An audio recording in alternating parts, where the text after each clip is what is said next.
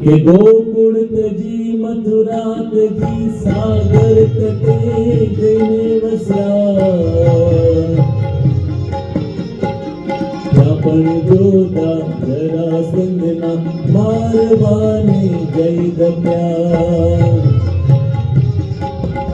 મણિકા જુજુવો યાદવો નાથજી મુખાદરા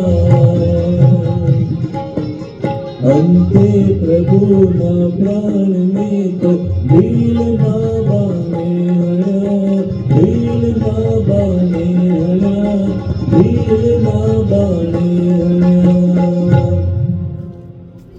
ગોકુળ તજી મથુરા તજી સાગર તટે જઈને વસ્યા દ્વારિકા વસાવી અને પછી ભગવાન પાંડવોની રક્ષા કરવા માટે પણ પધાર્યા ભગવાન અર્જુનના સારથી બન્યા સારથી કાચની કેબિનમાં ના હોય ભગવાનને પણ ભીષ્મને કર્ણને દ્રોણાચાર્યના બાણ વાગેલા છે વાંચો મહાભારત ભગવાને સહન કર્યું છે પાંડવો પોતાના ભક્તો હતા એને વિજય અપાવી પુનઃ દ્વારિકા આવ્યા તો સત્રાજીત નામના યાદવ હતા એને સૂર્યદેવે પ્રસન્ન થઈને સ્યમંતક નામનું મણિ આપ્યું હતું એ મણિ જ્યાં હોય ત્યાં સુખ સમૃદ્ધિ રહે એવું કહેવાય હવે એ મણિ ચોરાઈ ગયો જે ડાયમંડ હતું એ ચોરી કરી નાખ્યું એટલે બધા યાદવોએ કોને બ્લેમ કર્યા કૃષ્ણ ભગવાન પર આડ મૂક્યો કે આ નાનપણથી માખણ ચોરવાની ટેવ છે ને એટલે એમણે આ ચોર્યો છે ભગવાન ચોર્યો જ નતો પછી જેને ચોર્યો હતો ત્યાંથી ભગવાન લઈ પણ આવ્યા આપી દીધો પાછો પણ મણિકાળ જુઓ યાદવો નાથથી નોખા કર્યા અંદર વિખવાદ થયો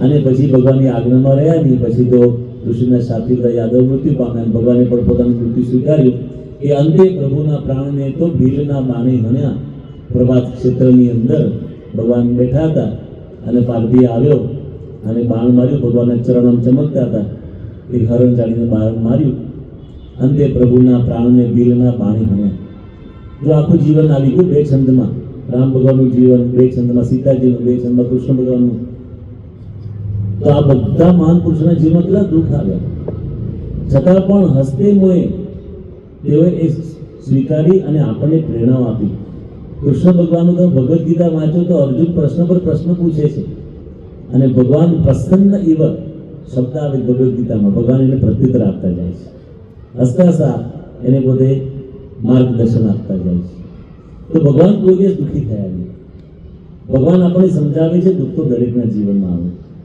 માટે યુ ટુ ફેસ ઇટ આપણે ગભરાઈ જઈએ ફિયર ભયને શું કે ફિયર FEAR ફિયર પણ એના બે અર્થ થાય છે પહેલો અર્થ શું થાય FEAR નો પહેલો અર્થ શું થાય ઘણા લોકો છે ને બહુ નબળા મનના માણસ હોય ને એ શું કરે ફોરગેટ એવરીથિંગ એન્ડ રન બધું ભૂલી જાય ભાગી જાઓ જે બળિયા હોય ને એકદમ સમજણ એ શું કે FEAR નું ફેસ એવરીથિંગ એન્ડ રાઇઝ દરેક પ્રોબ્લેમને ફેસ કરો અને ઉપર આવો તો ભગવાન આપણને એ શીખવાડે છે તો કૃષ્ણ ભગવાનને પેલા માણસને બધું પોતાનું વૃત્તાંત કહ્યું એટલે પેલા માણસ હતો મનોરથ બધા ત્યાં ભાંગી પડે કે આ મારા કરતા બધા દુઃખ તો આમને આવ્યું છે એ જતો જ રહ્યો ત્યાંથી પછી થયું કે હવે આપણે કોના મંદિરમાં જઈએ તો સ્વામિનારાયણ ભગવાનના માનનારા ઘણા છે અત્યારે સ્વામિનારાયણ મંદિરમાં આવ્યો એ ભગત અને ભગવાન સ્વામિનારાયણની મૂર્તિ આગળ ઉભો પ્રાર્થના કરે સ્વામિનારાયણ સ્વામિનારાયણ સ્વામિનારાયણ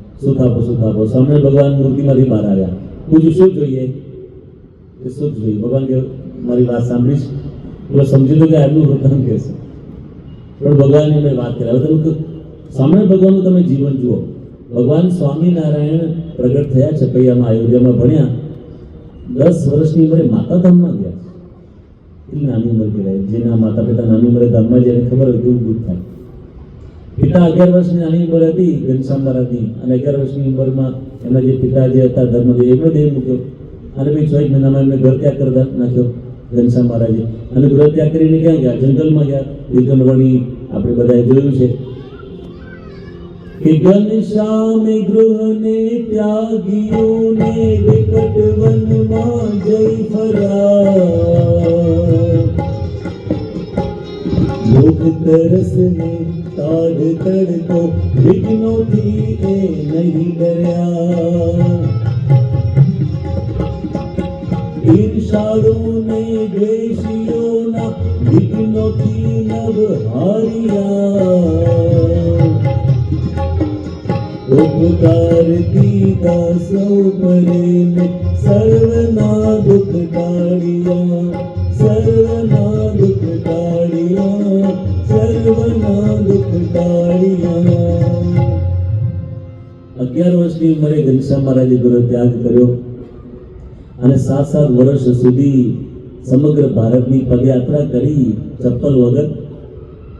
અને જંગલી પશુઓ, ઝેરી જીવજંતુઓ, પર્વત ઉપર ચડવાનું અને પર્વતની ગુફામાં રહેવાનું ને આપણે એનિમેશન જોઈએ છીએ બધી આપણે નીલકંઠવળી મહારાજની એવી તપશ્ચર્યા કરી. એમાં પાછા પિબેક જેવા તાંત્રિક લોકો મારવા માટે પ્રયાસ કરે છે, એને પણ સુધાર્યા.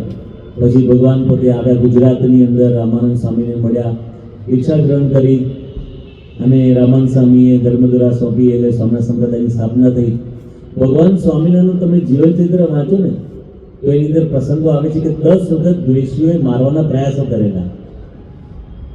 એટલા ઈશ્વર દ્વેષી અમુક લોકો હતા કે ભગવાનને મારવાના પ્રયાસો કરેલા, પણ ભગવાનને કોણ મારી શકે? જેમ કંસે પ્રયત્ન કર્યા પણ કૃષ્ણને મારી ન શક્યા, રાવણે પ્રયત્ન કર્યા રામને મારી ન શક્યા, એમ 10 વખત ભગવાન સ્વામિનારાયણને મારવાના પ્રયાસો થયેલા. પરંતુ તો ભગવાન હતા, પણ દુઃખ તો કહેવાય ને કોઈ મારવાનો પ્રયાસ કરે. એટલું જ નહીં, ભગવાન સ્વામિનારાયણ એમને આખી જિંદગી બધા પર પરોપકાર કર્યા, સદાવ્રતો કર્યા, દીન દુખ્યાને એમના દુઃખ દૂર કર્યા અને પોતાના સંતો ભક્તોને એવા શુદ્ધ ચારિત્રવાન બનાવ્યા. તો તે વખતે અમુક દ્વેષીઓ એવા હતા કે સંતોને દુઃખ દેતા હતા. ભગવાન સ્વામિનારાયણના 3000 પરમહંસો હતા, એમાંથી 800 પરમહંસોને દ્વેષીઓએ મારી નાખેલા. they were killed, murdered. પરમહંસો સંતો મરી ગયા હતા, 800 સંતો મરી ગયા હતા, દ્વેષીઓએ મારી નાખેલા. કેટલા હરિભક્તોને ગામ નિકાલવાની, રાજ્ય નિકાલવાની, દેશ નિકાલવાની સજા આપવામાં આવતી. કેમ? બસ સ્વામિનારાયણની કંઠીપ્રિય એટલે. નિષ્કુળાનંદ સ્વામી લખે છે કે અમે વિચરણ કરવા જતા, એમના જીવનમાં આવે છે, 10 ગામમાંથી 8 ગામમાંથી જાકારો મળતો, તાળી મૂકે, અપમાન કરે અને તાળી મૂકે. પછી 2 ગામમાંથી જાકારો ના મળે, સ્વાગત ના થાય, પણ ત્યાં જઈને ભજન કીર્તન કરે, પછી ધાર્મિક લોકો આવીને બેસે, એ કથા વાર્તા કરે, એમ કરતા કરતા સત્સંગ કરાવે. 8 ગામમાંથી જાકારો મળતો. તો દ્વેષીઓ મારતા, રંજાડતા, એવી પરિસ્થિતિ હતી. શ્રીજીના એ સંતોને દ્વેષીઓ બહુ મારતા, કંઠી માળા જનોઈ મૂર્તિ કુંબડી તોડી નાખતા,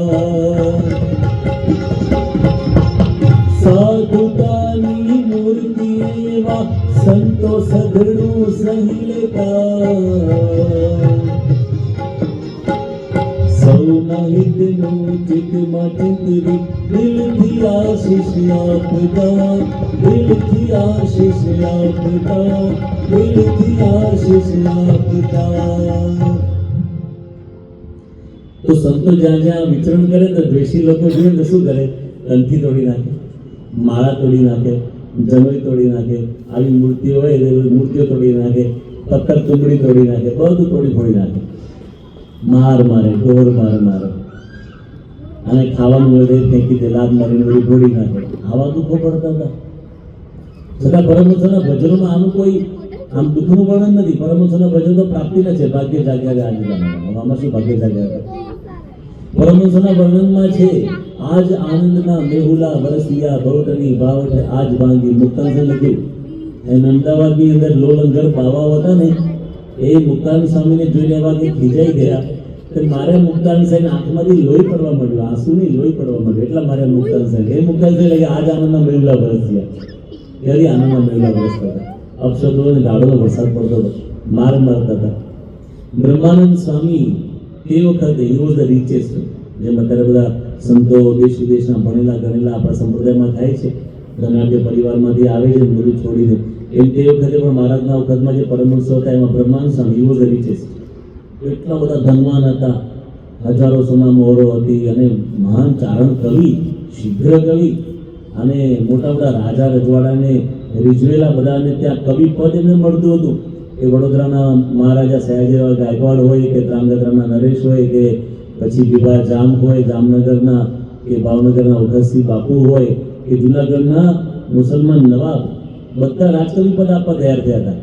એ બધું ઠુકરાવીને ભગવાન સ્વામિનારાયણના પરમહંસ બન્યા હતા.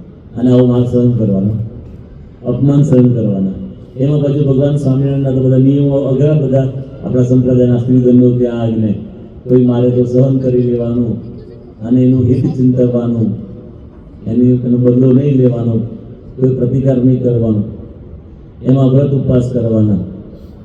એકવાર ભગવાન સ્વામિનારાયણ કુંડલ ગામેથી પસાર થતા હતા અને સામે બ્રહ્માંડ મળ્યા. સંધ્યાનો સમય હતો, ઘણા વખત પછી મળેલા. એટલે મહારાજે કીધું બ્રહ્માંડ બહુ વર્ષ મળ્યા, માટે ભજન સંભળાવો. બ્રહ્માંડ કવિ હતા, સારા ગાયક હતા. તો બ્રહ્માંડ શું બોલ્યા, કોઈ દેખતા હો તો મારો તાનપુરો લાવો. મારે કીધું આવું બોલો છો? ત્યારે એક સંતે વાત કરી, મારા તમે 6 મહિના પેલા કટરસના નિયમ આપ્યા છે ને, ખાટું ખારું તીખું ચૂરું આવું ખાવાનું નહીં, તીખું જ ખાવાનું. એટલે આંખે તાંદડા થઈ ગયા છે, રાતે દેખાતું થયું. કોઈ વ્રત ઉપવાસ કરે ને એ જ ઓછું થઈ ગયું. અને એટલા માટે બોલ્યા કે કોઈ દેખતા તાનપુરો લઈ આવો. મહારાજની આંખમાં આંસુ આવી ગયા, બ્રહ્માંડ આંખમાં આંસુ આવી ગયા. મહારાજ ભેટી પડ્યા. એ વખતે બ્રહ્માંડ સ્વામી કહ્યું, મહારાજ તમારી આંખમાં આંસુ છે એ જુદા છે, મારી આંખમાં આંસુ છે જુદા છે. તમારી આંખમાં આંસુ છે એ અમારા સંતોને દુઃખ જોઈને તમે રડો છો, પણ મારી આંખમાં આંસુ છે ને તમારે જેવા ભગવાન મળ્યા ને એ પ્રાપ્તિના આનંદના આંસુ છે, એ સામાન્ય આંસુ નથી. અને એ વખતે ભજન બનાવ્યું, રાજ મારે દિન દિન દિવાળી મારા મળતા તમને બનવાની. તો આવા ભજનો તે વખતે બનાવ્યા. પણ આપણે વાત શું કરીએ છીએ કે જો દુઃખ દરેકના જીવનમાં આવે છે, વી આર નોટ અલોન કે આપણે દુઃખ આવે છે. તો અહીંયા મન છે મારા કે વિપત્તિ શું, વિપત્તિ તો આવે, દરેકના જીવનમાં આવે છે. મુક્તાનંદ સ્વામીએ બહુ સુંદર ભજન બનાવ્યું છે કે આપણે હરિભક્ત છીએ, હરિજન થઈને એટલે કે હરિના ભક્ત થઈને હાણ વ્રત એટલે કે હાનિ વૃદ્ધિ, સુખ દુઃખ, સુખ અને દુઃખને મનમાં ન ધારીએ, કારણ કે કાળ્યા ન કરે, ઘટ સાથે કર્યા હિંમત નો હારીએ. કે હરિજન થઈને, હરિજન થઈને હાણ વરદ સુખ દુઃખ મનમાં ન ધારીએ.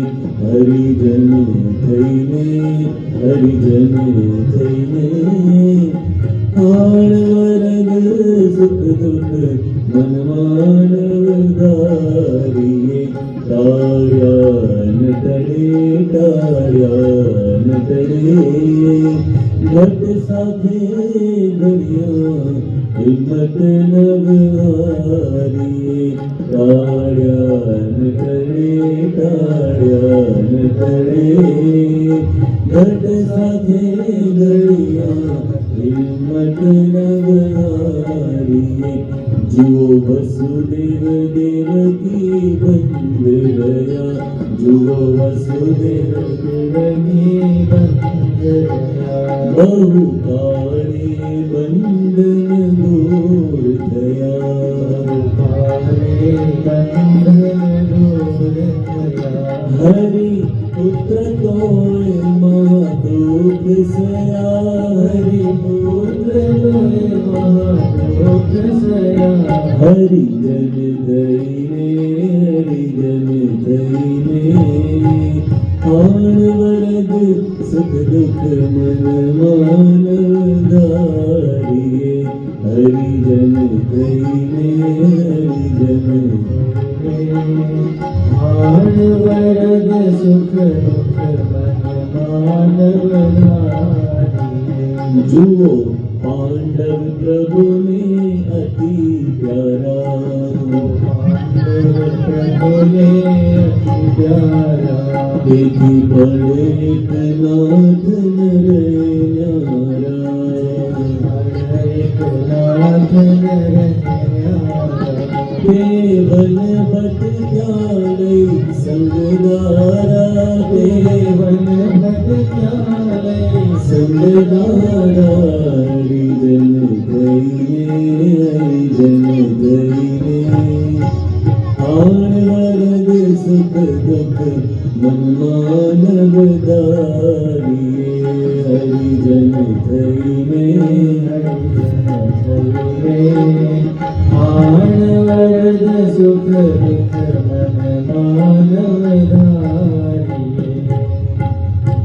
આવા અનેક ભક્તોના આખ્યાનો મુક્તાનંદ સ્વામીએ આ ભજનમાં લખ્યા કે દરેકના જીવનમાં વિપત્તિ આવી, પણ બધાએ શું કર્યું? ધૈર્ય કર્યું, ધીરજ ધરી બતાવી. એટલે બાપાએ અહીંયા લખ્યું કે આપણે ધીરજ રાખવી થોડી, બહુ આકડા ઉતાવળા ન થવું, ધીરજ રાખીએ તો ધીમે ધીમે દુઃખ જાય, કારણ કે દુઃખનું અવસર દાડા આપણે કહેવી છે ને કે દિવસ જાય ને આપણું દુઃખ ઓછું થાય. Time heals almost everything, late the time pass. સમય જાય એમ દુઃખ ઓછું થતું જાય, માટે સમયને તમે પસાર થવા દો. તો ધીરજ રાખવાની, ધૈર્ય, you have to be very patient. ધૈર્ય રાખીએ તો આપણા દુઃખ હળવા થાય. એટલે નિષ્કુળાનંદ સ્વામીએ કહ્યું કે ધીરજ સમ નહીં ધન રે સંતો, ધીરજ સમ નહીં ધન. જ્યારે જ્યારે જીવનમાં દુઃખ આવે થોડું ધીરજ રાખીએ ને તો એ આપણી સાચી સંપત્તિ છે. હરિશ્ચંદ્ર રાજાની વાત પણ અહીંયા મુક્તાનંદ સ્વામીએ ભજનની અંદર લખેલી છે કે જુઓ હરિશ્ચંદ્રે પ્રભુ નહીં તજ્યા, ભગવાનને છોડ્યા નહીં, પર ઘેર વેચાઈ પ્રભુને ભજ્યા. પર ઘેર વેચાયા પણ ભગવાનને ભજ્યા. અને ભગવાન તેથી પ્રભુના અંતરમાં રહી ગયા, એટલા માટે ભગવાનના અંતરની અંદર સ્થાન મળ્યું. પ્રસંગો સુંદર આવે છે. સતયુગના મહાન રાજા હરિશ્ચંદ્ર, સ્વર્ગની અંદર દેવતાઓમાં ચર્ચા થતી હતી. સ્વર્ગની અંદર દેવતાઓ બેઠા હતા અને ચર્ચા ચાલી કે અત્યારે પૃથ્વી પર મહાન તપસ્વી સત્યવાદી એવા કોણ છે? તો વશિષ્ઠજી ત્યાં ઉપસ્થિત હતા. એમણે વાત કરી કે અત્યારે એવા મહાન ત્યાગી તપસ્વી સત્યવાદી તો હરિશ્ચંદ્ર રાજા છે. બધાને શંકા ગઈ કે રાજા અને ત્યાગી તપસ્વી સત્યવાદી તો બરાબર છે, સાચું બોલે. આમ તો રાજા છે ને, સાચું બોલે એ પણ અઘરું છે. એ રાજાને તો રાજકારણમાં તો બધું, પોલિટિક્સમાં તો બધું કાવા દાવા પ્રપંચ સામ નામ દંડ બધું વાપરવું પડે ને. સત્યને અનુસર્યા છે, આ તો કેટલી મોટી વાત કહેવાય. એમાંય પાછા રાજા છતાં પોતે સાદગીવાળા છે, પાછા ત્યાગી છે. આ કેવી રીતે સંભવ બને?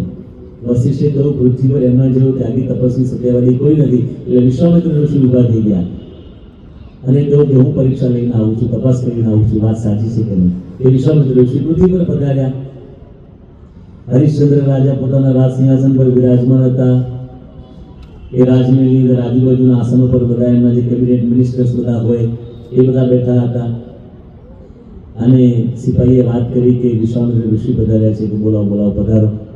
વિશ્વામિત્ર ઋષિને લઈને આવ્યા. રાજા ઊભા થઈ ગયા. પધારો પધારો ઋષિવર્ય, આજે મારું આંગણું આપના ચરણોથી પાવન થયું, બોલો શું સેવા કરું? અને એમ કહીને આસન પર બેસાડ્યા, ચરણ પખાડ્યા અને કહ્યું કે તમે કોઈ ઈચ્છા લઈને આવ્યા હો તો કહું આપની સેવા કરું. એટલે વિશ્વામિત્ર ઋષિએ કહ્યું કે રાજન, અત્યારે તો મારે કોઈ વસ્તુની જરૂર નથી, પણ હું એક બહુ જ મોટું યજ્ઞ કરવાનું વિચારી રહ્યો છું અને એની અંદર મને થોડી ધન સંપત્તિની જરૂર પડશે. તો તમે જો મને બાંહેધરી આપો તો પછી જ્યારે યજ્ઞ હું કરું ત્યારે હું તમારી પાસે લેવા માટે આવું. એટલે હરિશ્ચંદ્ર રાજાએ કહ્યું કે ઋષિવર્ય, આપના જેવા મહાન ઋષિ યજ્ઞ કરતા હોય અને એમાં મારાથી જે કંઈ વ્યક્તિની સેવા બની આવે હું કરું, એમાં મારા સૌભાગ્ય છે. આપ ગમે ત્યારે પધારજો, જે જોઈએ માંગજો, હું આપીશ. થોડો સમય પસાર થયો. વિશ્વામિત્ર ઋષિ પુનઃ પધાર્યા અને કહ્યું કે રાજન, યાદ છે ને તમે મને વચન આપ્યું હતું? કે હા. તો હવે મેં યજ્ઞનું આયોજન કરી દીધું છે, બસ યજ્ઞ શરૂ કરવાનો છે, મને સંપત્તિની જરૂર છે. રાજા કે બોલો ઋષિવર્ય, કેટલી સંપત્તિ જોઈએ? એમ નહીં, આ યજ્ઞ સામાન્ય નથી, બહુ મોટો યજ્ઞ છે અને આમાં સંપત્તિ પણ થોડી વધારે જોઈએ. તમે આપી શકતા હો તો કહો, નહીં તો પછી બીજે જો. ના ના, હું આપીશ ને, બોલો ને. ના એમ નહીં, પેલા હાથમાં જલ ધારણ કરી સંકલ્પ કરો. જેમ તમે અહીંયા પૂજન વિધિનો સંકલ્પ કરો છો, કોઈ પણ વિધિ વિધાન છે એનો સંકલ્પ કરવામાં આવે. હાથમાં વરુણદેવ એટલે કે જળની અંજલિ લઈને આપણે સંકલ્પ કરતા હોઈએ છીએ. એટલે એમાં આપણે સંકલ્પબદ્ધ થઈએ છીએ. તો કહ્યું કે હા ઋષિવર્ય, આપો મને હાથમાં અંજલિ, હું સંકલ્પ કરું, વચન આપું છું. એટલે ઋષિએ પાણી આપ્યું અને હાથમાં જળ ધારણ કર્યું.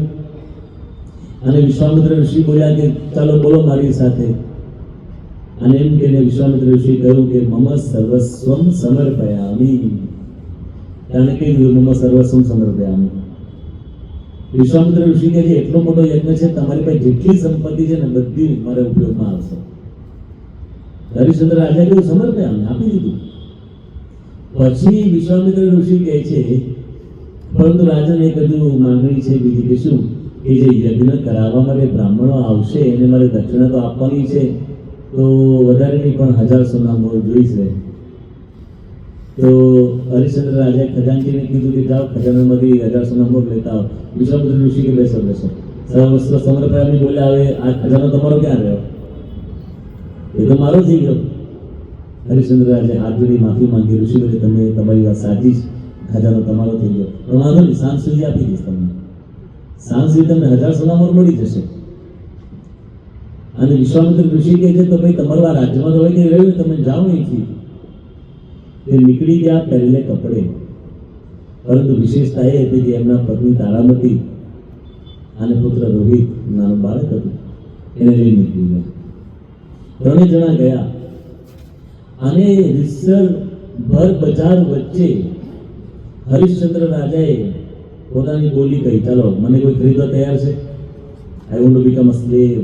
મારે ગુલામ બનવું તમારા, બોલો, હું તમારો ગુલામ, મને બસ 1000 સોનામોર જોઈએ. બધા વિચારતા થઈ ગયા. એમાં એક માણસ હતો જે સ્મશાનની અંદર બધા મળદા બાળે કોન્ટ્રાક્ટ હોય, જેમ ફ્યુનરલ હોમ હોય છે અત્યારે, એમ એક માણસ હતો. એને એવા એક માણસની જરૂર હતી, એની પાસે પૈસા હતા. એટલે હરિશ્ચંદ્ર રાજાને 1000 સોનામોરમાં ખરીદી લીધા. જસ્ટ ઇમેજિન, રાજા જ મહાન, એક પેલો જે ડાઘુ કહેવાય આપણી ભાષામાં, જે સ્મશાનમાં મળદા બાળે, એને ત્યાં વેચાઈ ગયા અને 1000 સોનામોર પહોંચાડી દીધી સંધ્યા પહેલા વિશ્વામિત્ર ઋષિને બ્રાહ્મણોની દક્ષિણા માટે. અને પોતાની પત્નીને કહ્યું કે હવે તારી પર મારો અધિકાર નથી, મારી પર તારો અધિકાર નથી, હું ગુલામ થઈ ગયો. ગુલામ એટલે ગુલામ, હવે મારો માલિક એનો જ મારી પર અધિકાર છે. તું તારી રીતે જે કંઈ પેટ ભરવું હોય, બાળકનું પેટ ભરવું, તું તારી રીતે કરજો. તે આજુબાજુ જઈને વાસણ ઉટકે અને કપડાં ધુએ, રાજરાણી જેને કોઈ દિવસ પોતાના ઘરની અંદર એક વાસણ ઉટક્યું ના હોય, એ નોકરાણી બની ગયા, છતાં પણ સંપૂર્ણ સહકાર આપ્યો પોતાના પતિને. અને બન્યું એવું કે થોડા વખત પછી આ તો ભગવાન કસોટી પર કસોટી જ કરવાના હતા. અને આ બાજુ બન્યું એવું કે જે રોહિત નાનું બાળક હતો, એની સર્પ દંશ થયો અને મરી ગયો. અને એનું ડેડ બોડી લઈને, પોતાના નાના બાળકનું એ મૃતદેહ લઈને જ્યારે તારામતી સ્મશાનમાં આવ્યા, તો આગળ રૂમ તો તાણેલો હતો, સામે હરિશ્ચંદ્રજી ખબર નહોતી એને. અને એ વખતે કહે છે કે મારે આ બાળકનો અગ્નિદાન કરવો છે. એટલે અવાજ પારખ્યો અને પૂછ્યું, તમારું નામ શું? કે તારામતી. દીકરામાં રોહિત. એટલે હું હરિશ્ચંદ્ર છું. અને પછી એકબીજાને સામે જોયું અને પછી પત્ની કહ્યું, શું કરશો? આપણા બાળકનો અગ્નિ સંસ્કાર કરવો છે. તો હરિશ્ચંદ્ર રાજા શું કહે છે? પૈસા છે, કારણ કે હું ગુલામ છું, મફતમાં નહીં કરું. અહીંયા જે પણ પોતાના સ્વજનનો અગ્નિદાન કરવા માટે આવે છે ને, એને પૈસા આપવા તો પડે. તો થોડાક પૈસા હતા, આપ્યા, પણ કફનના પૈસા નહોતા. ઉપર જે સફેદ કપડું ઉડાડી કફન, એના પૈસા નહોતા. તો કે એ તમે લઈ આવો પછી. તો એના તો પૈસા હતા નહીં, તો પોતાની પાસે જે સાડી હતી એમાંથી અડધી સાડી ફાડી અને એની પર ઢાંક્યું. અને એ વખતે હરિશ્ચંદ્ર રાજા જ્યારે પોતાના દીકરાનો અગ્નિ સંસ્કાર કરવા જાય છે, એ જ વખતે વિશ્વામિત્ર ઋષિ પધાર્યા અને દેવતાએ આકાશમાંથી પુષ્પવૃષ્ટિ કરી કે ધન્ય છે, ધન્ય છે, હરિશ્ચંદ્ર રાજા તમને ધન્ય છે. આવી પરિસ્થિતિની અંદર પણ વિશ્વામિત્ર ઋષિ આવ્યા ને એને જોઈને શું બોલ્યા? હરિશ્ચંદ્ર રાજા, આવો ઋષિવર્ય, હું શું સેવા કરું? આપને શું ઈચ્છા છે? હવે શું સેવા કરી શકે? તો શું હતું એમની પાસે? વિશ્વામિત્ર ઋષિને આંખમાં આંસુ આવી ગયા કે ધન્ય છે તમે પરીક્ષામાંથી ઉત્તીર્ણ થઈ ગયા. દેવતાઓએ અમૃત વર્ષા કરી, દીકરો જીવતો થઈ ગયો.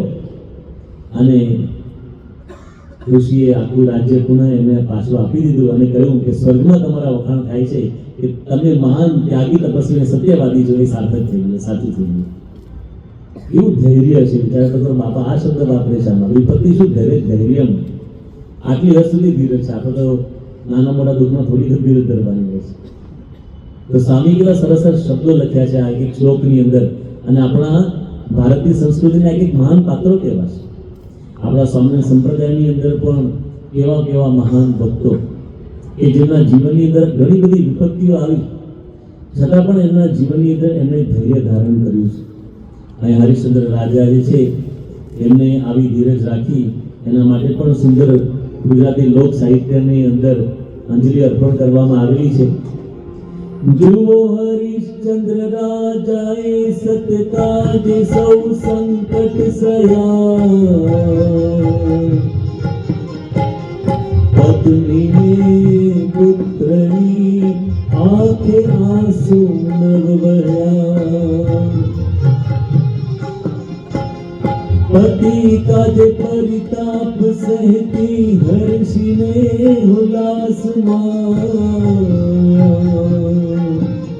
अमरेशनी आर्य रमणी अमर छे इतिहास अमर छे इतिहास अमर छे इतिहास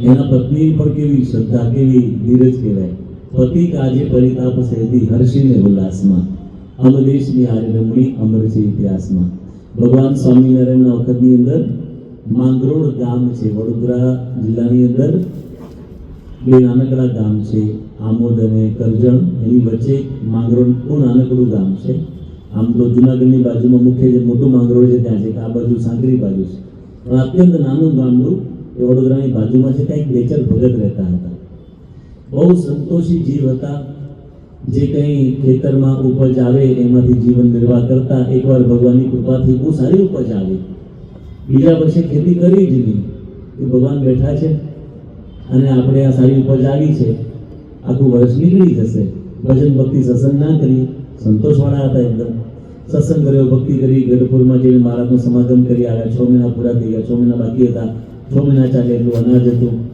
હવે વડોદરાની અંદર મહારાજા સયાજીરાવ ગાયકવાડ હતા એ તો ભગવાન સ્વામિનારાયણના પોતે ભક્ત હતા પરંતુ જે દીવાન હતા વિઠ્ઠલરાવ દીવાન બાય નેચર ही वॉज अ क्रूर थोड़ा कम क्रूर प्रकृतिना હતા દ્વેષી હતા ભગવાનના અને પાછા આમ સેનાપતિ પણ હતા અને દીવાન હતા અને ખંડેરી ઉઘરાવવાની પણ જવાબદારી એમની એટલે આજુબાજુના ગામોમાં પોતાના સિપાહીઓ મોકલીને ટેક્સ ઉઘરાવતા હવે બેચર ભગતને ઘરે પણ 2 સિપાહી ગયા ટેક્સ લેવા લાવો ખંડેરી લાવો પેલા કીધું મેં કંઈ ઉપજ કરી જ નથી તો ક્યાંથી ટેક્સ હોય છતાં પણ બહુ આગ્રહ કર્યો આને કહ્યું કે ભાઈ મારી પાસે છે નહીં તો જેલમાં પૂરી દીધા જેલમાં પૂર્યા તો ભગવાન સ્વામિનારાયણને પ્રાર્થના કરી 1 દિવસ 2 દિવસ આમ તો પ્રયત્ન ઘણા કર્યા પણ કોઈ એના જામીન થવા તૈયાર નહોતા તો મહારાજને પ્રાર્થના કરી પણ 2 દિવસના ઉપવાસ થયા ધીરજ રાખી અને પછી ભગવાનને હૃદયથી પ્રાર્થના કરી કે ભગવાન તમે સાક્ષાત પધારો આપના સિવાય મારો કોઈ આધાર નથી कि पधारो ने सहजानंद जियो गुना करीने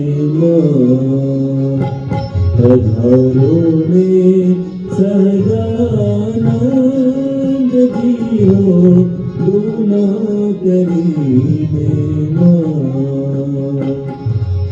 मरुड़त जीने पारा पधारा गज सारू मारा एवी रीते तमे आवो दयाळु करवा मारा काज जीवो गुना करीने पधारो ने सजानंद जियो गुना करीने प्रार्थना करी साक्षात આપણે પ્રાર્થના કરીનો મતલબ શું થાય ખબર છે આપણે એકલા નથી પ્રાર્થનાનો મતલબ જ એક છે એમ કહેવાય છે કે problem is a sign that you are strong pain is a sign that you are alive and prayer is a sign that you are not alone, God is with you. જ્યારે જીવનમાં પીડા આવે ત્યારે સમજો આપણે જીવતા છીએ જીવતો હોય એને જ પીડાનો અનુભવ થાય મરેલાનો અનુભવ ના થાય pain is a sign that you are alive problem is a sign that you are strong જીવનમાં આવે સમસ્યાઓ તો સમજવું કે આપણે સ્ટ્રોંગ છીએ વી કેન ફેસ ઇટ નહીં તો મરી ના જઈએ દુઃખી થઈ જીવીએ છીએ પ્રોબ્લેમ સાથે જીવીએ છીએ વી આર સ્ટ્રોંગ અને જ્યારે આપણે પ્રાર્થના કરીએ છીએ એનો મતલબ જ એ થાય છે કે when we are praying we are not alone, God is with us. બાકી પ્રાર્થના હોય જ ક્યાંથી તો હૃદયની પ્રાર્થના કરી અને ભગવાન સ્વામિનારાયણ પધાર્યા અને ભગવાન સ્વામિનારાયણ બંધન છોડ્યા અને પછી કહ્યું સ્વામિનારાયણ મહામંત્ર જપો સ્વામિનારાયણ મહામંત્રનો જાપ કર્યો મહારાજે આંખ ખોલો તો આ બહાર જેલમાંથી બહાર પછી મહારાજે કે તમે બામણગામ રાતોરાત દૂર થઈ જાઓ કારણ કે કંઈ વાંક વગર પૂરી દીધેલા અને ગામમાં દેશકાળ કથન આવવાના હતા પછી આખી જિંદગી બામણગામ જઈને ભજન કર્યું એમને પણ જો ભગવાન પ્રાર્થના સાંભળીને આવે છે તો બાપાએ પહેલી વાત કરી કે વિપત્તિ તો આવશે, વિપત્તિ શું ધૈર્ય ધરવું, પ્રાર્થના કરવી, ભગવાન સારું કરશે.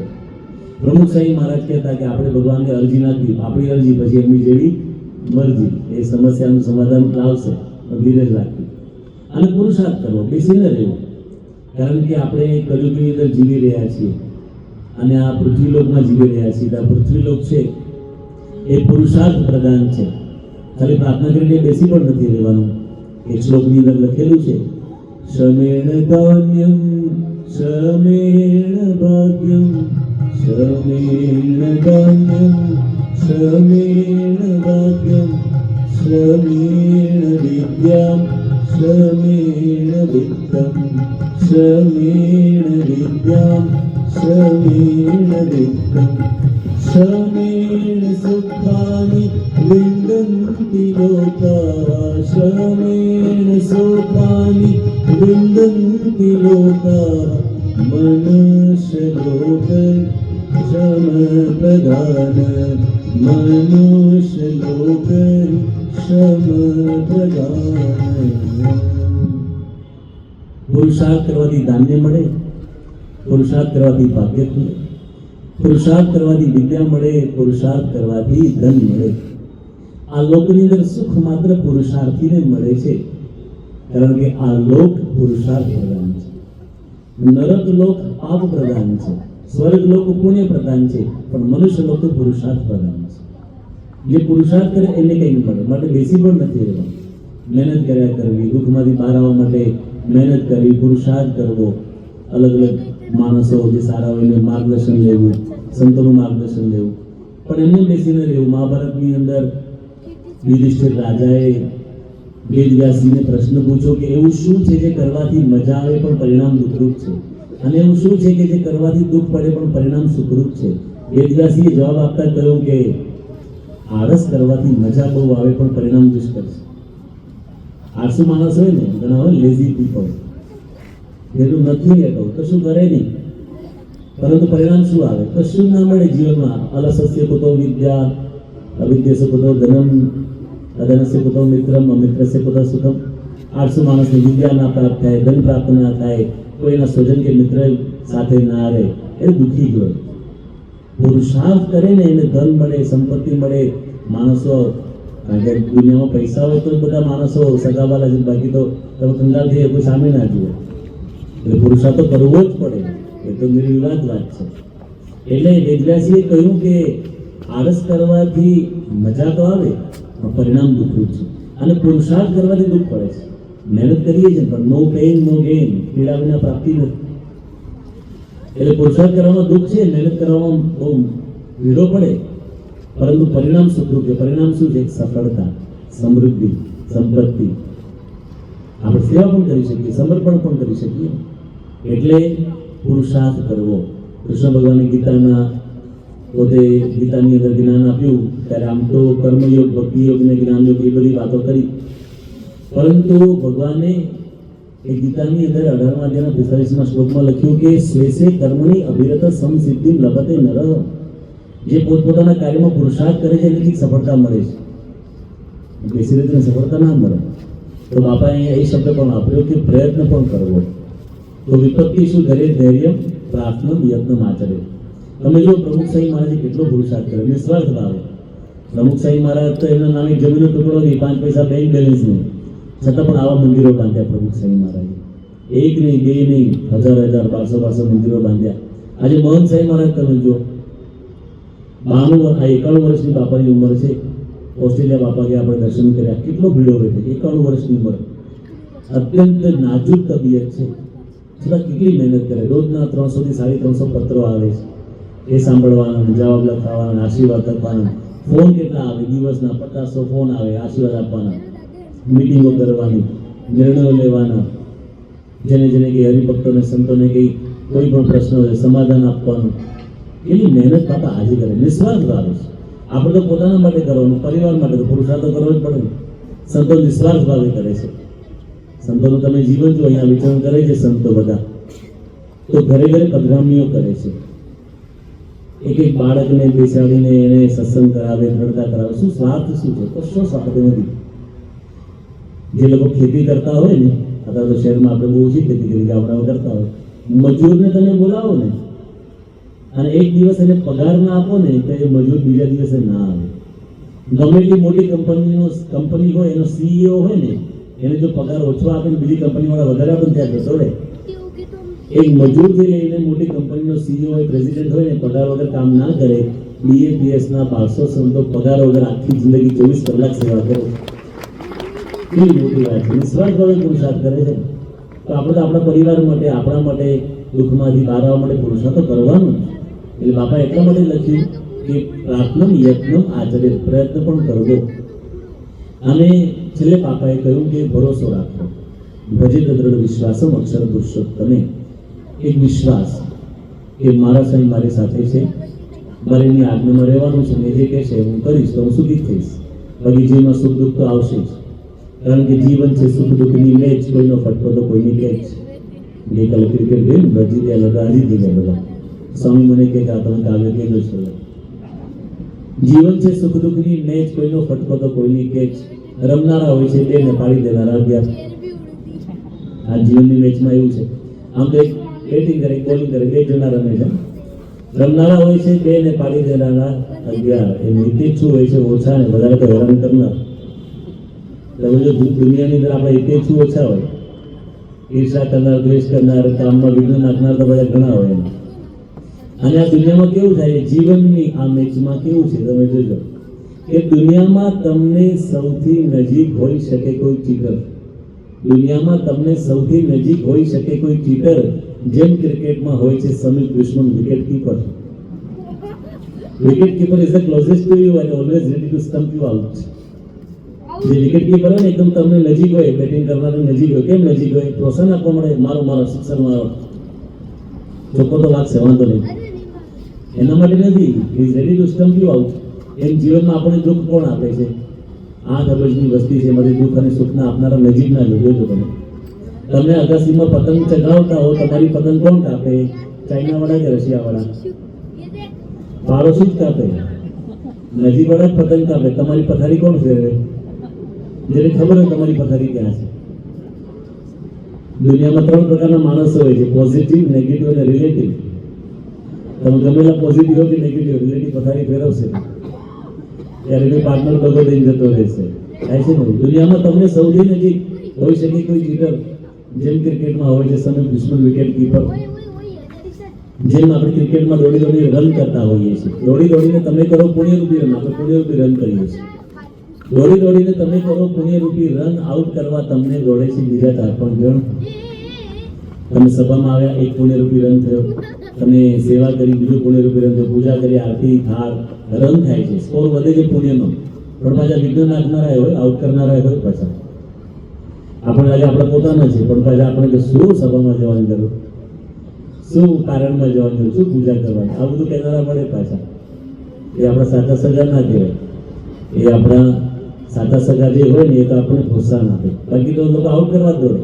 એક માણસ હતો ને, અગાસીમાં સૂતો હતો, આકાશમાં તારા જોયા ને ભગવાનને પૂછ્યું કે હે ભગવાન, આકાશમાં તારા કેટલા છે? સંખ્યા, આકાશની તારાની સંખ્યા કેટલી?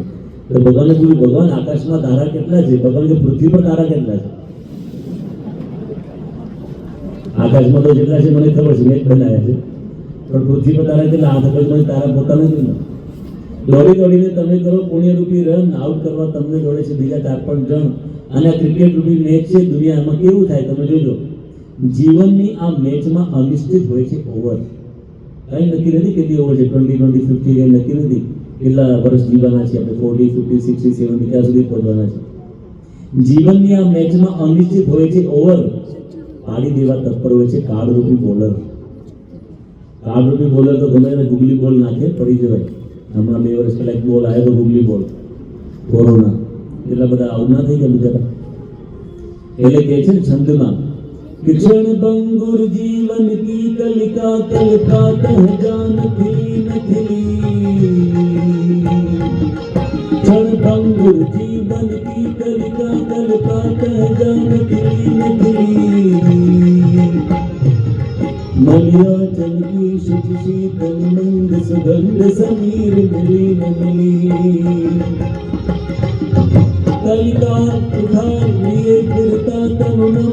चोट झिली न झिली